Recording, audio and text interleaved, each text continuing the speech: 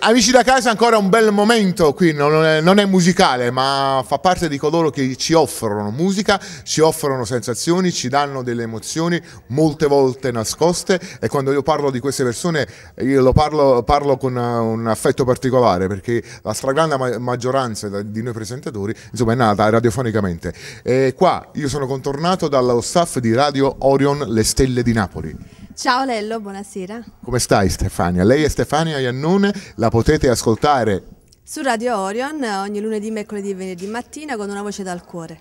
Ecco, io ti cedo il microfono per farti presentare tutti i tuoi colleghi e insomma parlare della vostra radio. Va bene, grazie. Allora, a fianco a me c'è lui, tu come ti chiami? Pietro. Pietro purtroppo non fa parte dello staff, quindi superiamo Pietro e andiamo avanti con Orazio Zampaglione. Buonasera a tutti, che dirvi, è stato un anno magnifico, continuate a stare con noi perché Radio Orion vi porterà sicuramente tra le stelle di Napoli. Poi abbiamo qui la Marianna. Marianna un po' altina, però ci sta bene con il tacchino. Ecco.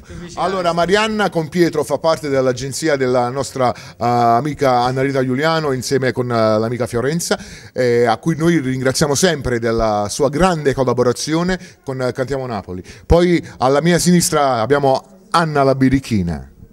Buonasera a tutti, io invece conduco i programmi con Jenny che purtroppo non è qui con noi. C'è da dire che non è presente tutto lo staff di Radio Orion. Salutiamo il nostro direttore artistico Francesco Spina, poi qui sempre alla mia sinistra c'è Fefe. Cedo il microfono. Buonasera, Cantiamo Napoli, salutiamo anche Terry Roses, Antonio Blasio, tutti i colleghi che non ci sono attualmente, per chi in radio, chi lavorativamente non c'è, Federica, D'Angelo, sì, tutti quanti a 360 gradi. Volevo dire una cosa, abbiamo passato delle ottime feste di Natale, e è stato grande, è stato bello ancora rivederci qua per quanto riguarda Capodanno. Io dico una cosa, ringrazio innanzitutto tutti gli artisti che si promuovono nella nostra radio, perché non c'è cosa più bella della magia che si crea quando attraverso la loro musica, le loro parole, riusciamo a sognare in 3 minuti di canzoni, riusciamo a sognare, vivere e scherzare. Una cosa bellissima, un'emozione grandissima che si prova.